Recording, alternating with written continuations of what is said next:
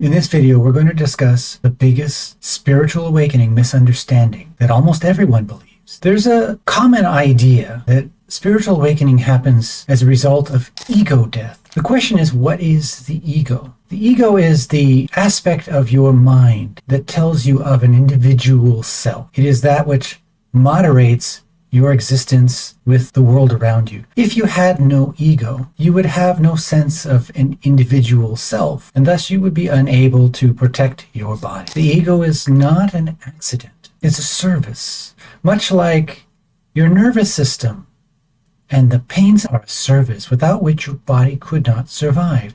The ego is the emotional equivalent of the nervous system's pain signals. If you had no pain signals, for example, you would effectively be like a person with leprosy. Leprosy is a disease which eats away the nerve endings on your skin, such that you cannot feel pain. This is why people with leprosy, their bodies tend to start to fall apart, is because they're injuring themselves without being aware that they're doing so. Of course, their body also has a limited capacity to heal absent the nerve endings. If you were to destroy the ego, you would have the emotional equivalent of leprosy. You would be kind of emotionally dead. And so ego death is not actually the goal, although that is what is commonly said. It is such a commonly stated idea. And it's been going on for so long that people believe that that is actually what the goal is. Part of the misunderstanding is, of course, not understanding what the ego is part of the issue. The other part of the issue is semantic.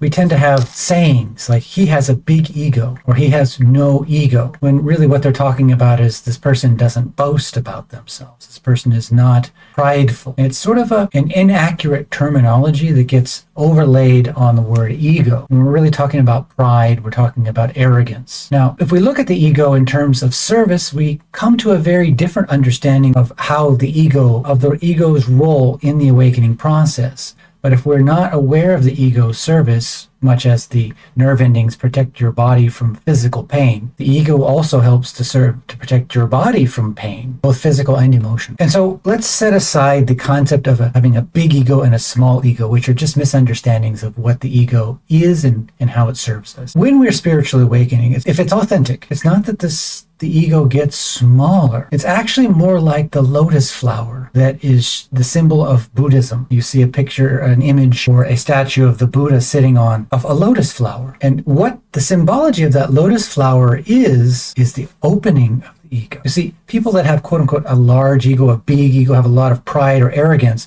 they have a closed ego is what it is. It's not actually that it's big. It's actually the opposite. It's small. It's unhelpfully small. It's closed and cloistered. And therefore they feel a need to defend their image. And it's not to say that defending your image is a problem. We have reputation. Part of the survival mechanism of human beings is our reputation, because we are social creatures. And therefore, an attack on somebody's reputation is an attack on their life, because it could affect their relationships, it could affect their business opportunities, it could affect their ability to get or keep a job. It is a direct attack on their life, your reputation. So it's perfectly reasonable to want to keep your reputation clear and to defend your reputation. This is not a problem. It's not think of the ego as being a problem. Let's just look at what it does. However, as our ego opens up through the spiritual awakening process, which is really a result of our sense of self opening up such that we perceive an underlying being, our true nature, consciously in our own body and the space around us and through other people, as if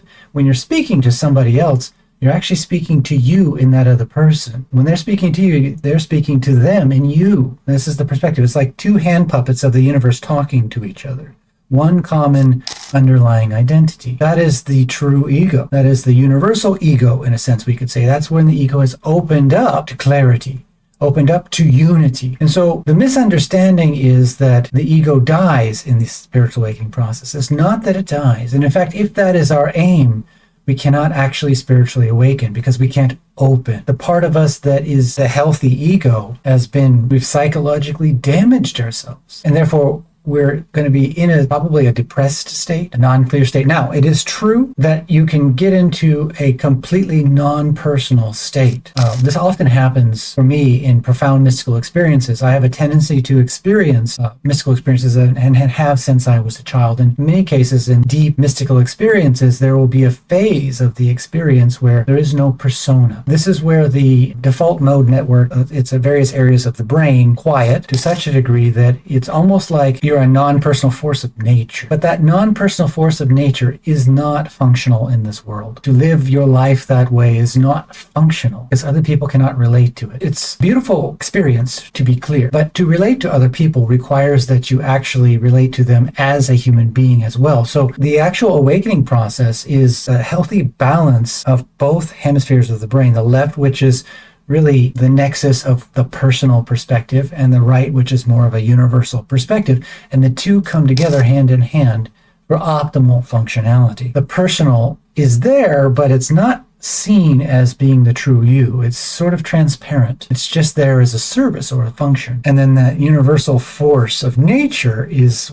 the underlying aspect from which you're seeing reality. It's just that the personal is lightly overlaid or mixed with it, such that when you're communicating with another human being, they feel they're communicating with a person, not a computer, not a robot, not just a force of nature. It's possible to live or attempt to live just as that force of nature, but it's not going to go well. There are a number of disadvantages to it. One is the people who believe it tend to kind of worship you as like a god, right? Or some like divine force, which isn't healthy for them, not healthy for anybody. People who don't believe it just think you're crazy. Both groups are not viewing it from a healthy perspective. So to awaken practically and functionally, to embody awakening, we incorporate both hemispheres of the brain, seeking that healthy balance, seeking the benefits, both perspectives. Doing it in this way allows for a full spiritual awakening without a massive inner collision that requires one perspective to completely bash down the other. The goal is open the ego to light. And with that, I hope you have a wonderful day.